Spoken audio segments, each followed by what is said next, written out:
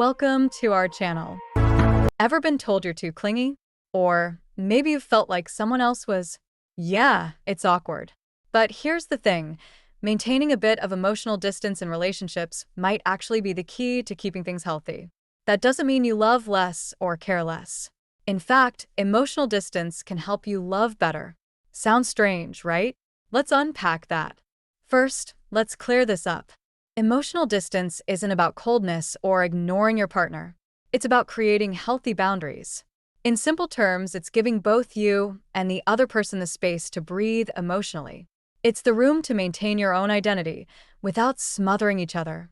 Studies by Dr. Gottman, a relationship expert, suggest that a little distance can actually lead to more appreciation and less resentment. Now, why is emotional distance important? Have you ever noticed that too much emotional closeness can sometimes lead to conflict? It's like eating too much chocolate. It's amazing at first, but after a while, you just need a break. When we spend too much time trying to be emotionally close, we can lose our sense of self.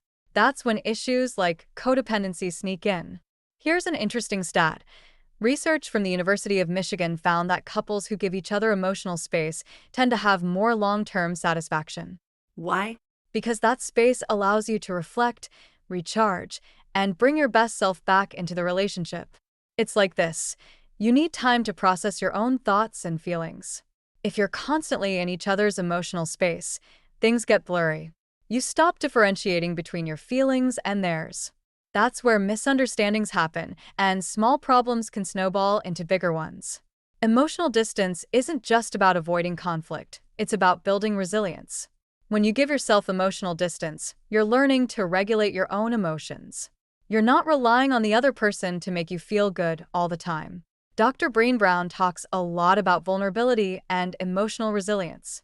She says that emotional distance allows us to be more mindful of our feelings, giving us the strength to come back to our relationships with a clearer mind.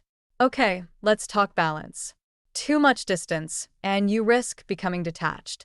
Too little, and you might become emotionally enmeshed. It's a fine line to walk. But here's the key. The right amount of emotional distance allows for independence, yet maintains connection. Think of it like a rubber band.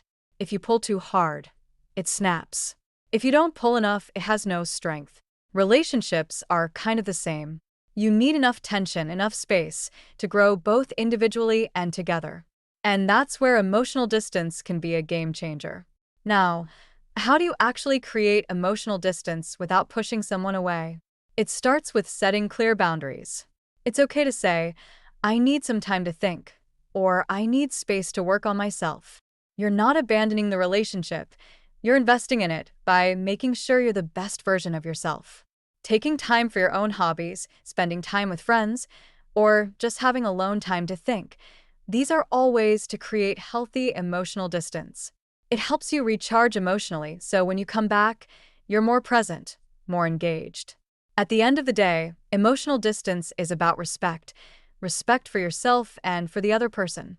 It's about knowing that a healthy relationship doesn't mean being attached at the hip.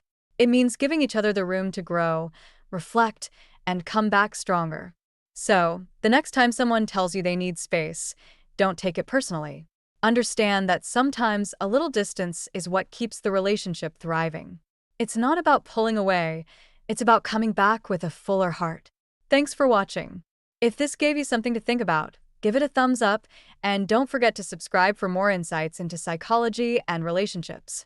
Let me know in the comments, how do you balance emotional closeness and distance in your relationships?